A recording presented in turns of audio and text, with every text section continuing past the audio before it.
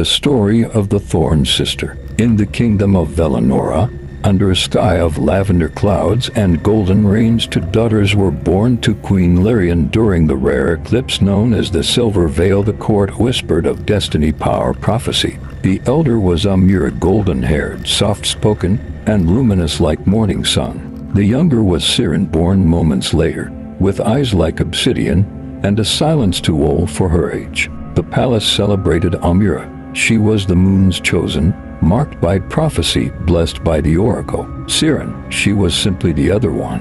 She was loved politely, quietly, faintly. As they grew, so did the difference. Amira charmed the court with music and grace.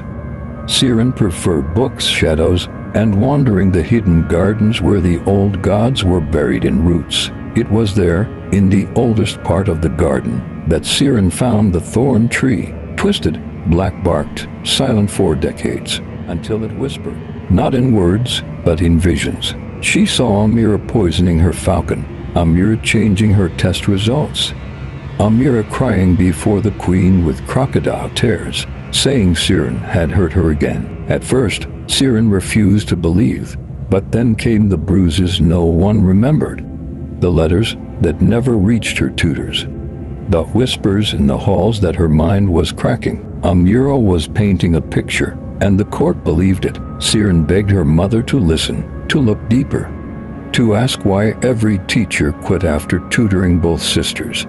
But Queen Lyrian, kind as she was, had long fallen under Amira's spell.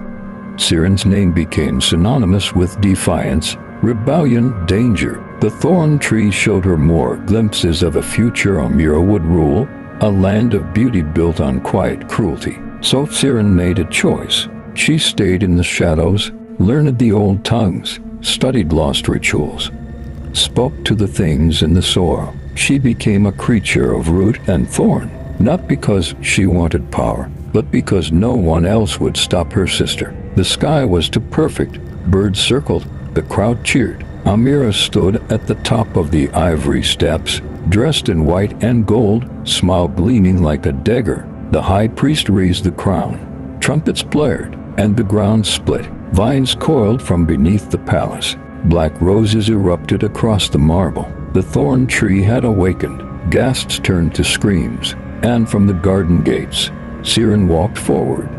Cloaked in petals, bare feet bleeding from the thorns she no longer feared. You wore the sun too long, sister, she said. It's time they saw your shadow. Amira, for the first time, stumbled. She reached for her crown, but the thorns wrapped